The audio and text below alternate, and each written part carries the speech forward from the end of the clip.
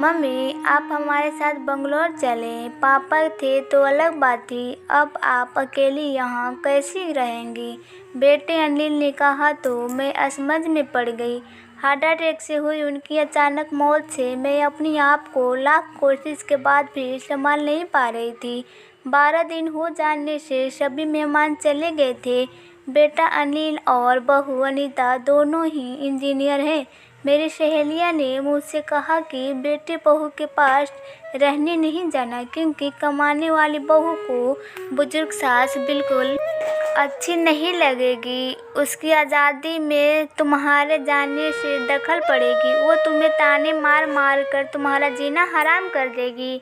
वैसे भी भाई साहब ने जीते ही पूरा संपत्ति बेटे के नाम कर दी थी। ऐसे में तो पूरी संभावना है कि बेटा बहू यहाँ का मकान बेचकर मॉल तो बस ले लेंगे और तुम्हें पाई पाई के लिए तरसा देंगे।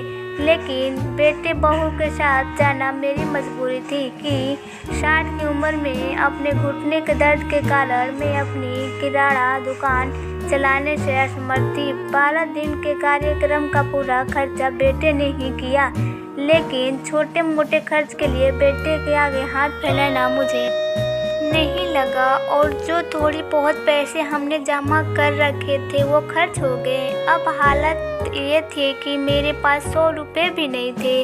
असमंज में मैं अनिल का कोई जवाब नहीं दे पाई। इतने में अनीता ने कहा, मम्मी जी बताइए कि कौन कौन सी साड़ियाँ रखनी है, मैं आपकी सूटकेस पैक कर देती हूँ। अनीता के ऐसे कहने पर मैं कुछ बोल नहीं पाई और चुपचाप उन लोगों के साथ बंगलौर आ गई।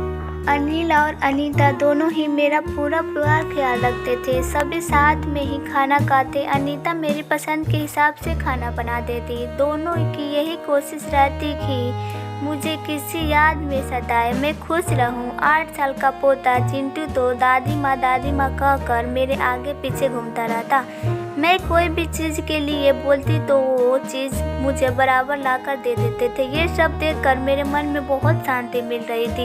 ये सोचने लगी कि लोग बेवजह ही आजकल के बच्चों को बदनाम करते रहते हैं। वो लोग बुजुर्ग माँ बाप की कदर नहीं करते, खासकर यदि बहू कमाने वाली हो तो सास की नौकरानी ही समझने लगती हैं। अनीता भी तो कमाती है, लेकिन कितने अच्छे से घर और दफ्तर दोनों संभालती हैं। कभी कोई ताना नहीं मारती। वो तो मुझे ही लगता है कि वो ऑफिस और घर दोनों जगह का काम कर थक जाती होगी, इसलिए मैं ही थोड़ा बहुत काम कर लेती हूँ। लेकिन बेटा बहू दोनों ने कभी भी मुझे किसी काम के लिए नहीं कहा। 1 महीने कैसे बीत गया पता ही नहीं चला।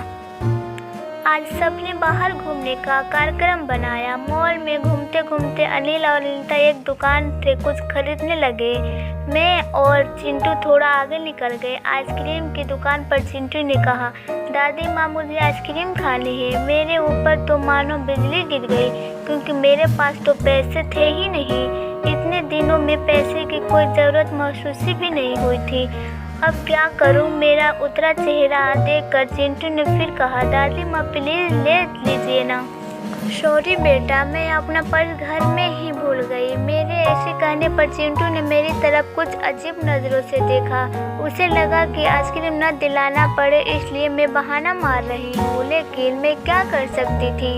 मुझे अपनी बेबसी पर रोना आने लगा। मैं कैसी दादी हूँ कि मैंने अपने पोतों को आइसक्रीम भी नहीं दिला सकती। इसके जाने के बाद पहली बार मैं अपने आप को बहुत ही असमय महसूस कर रही थी। हमने बाहर डिनर किया। अनीता ने मेरे पसंद की काजू करी ऑर्डर की थी, लेकिन मुझे उसमें भी स्वाद नहीं आ रहा।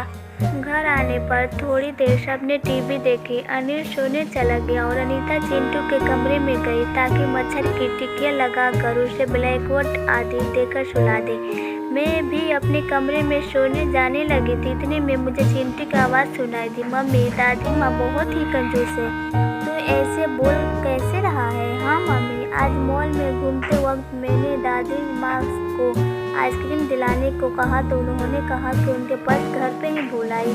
कितना अच्छा है ना मम्मी, बाहर जाओ तो साथ में पर्स न लेके जाओ। ही नहीं होगा कंजूस दादी माँ। ये क्या है चिंटू? दादी माँ के लिए ऐसा बोलना वक्त मुझे ज़रा भी विचार नहीं आया।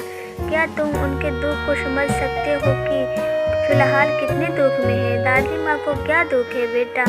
बेटा, अभी तक दादी माँ और दादाजी गांव में एक साथ रहते थे। अब अचानक दादाजी हमें छोड़कर चले गए हैं। जिस व्यक्ति के साथ हम 24 घंटे रहते हैं, साथ में उठते बैठते हैं, साथ में खाना खाते हैं, अपना दुख शेयर करते हैं, वही व्यक्ति अचानक हमें बहुत दूर चला जाता है तो कितना दूर, यह अभी तुम नहीं समझ सकते। सोचो, अचानक तुम्हारे मम्मी पापा तुमसे बहुत दूर चले जाएं, कितनी दूर कि कभी वापस ना आए, तो क्या तुम्हें दुख नहीं होगा? नहीं मम्मी, मैं आप लोगों के बिना नहीं रह सकता। बेटा, फिर सोचो दादी माँ दादाजी के बिना कैसे रह रही होगी। ऐसी स्थिति में यदि वो अपना पर्स घर पर भूल गई तो उसमें उन्हें कंजूस तक कहने की क्या ज़रूरत थी? तुम्हारे प्रति उनका प्यार नहीं दिखा। जब भी तुम्हें स्कूल से आना में 5-10 मिनट की देरी हो जाती है तो वो लगातार बालकनी में खड़े होकर तुम्हारा रास्ता देखती रहती है। उस दिन उनके घुटने में बहुत दर्द होने के बावजूद तुम्हारा कहने पर तुम्हारी मनपसंद मेथी मटर मलाई बनाई थी।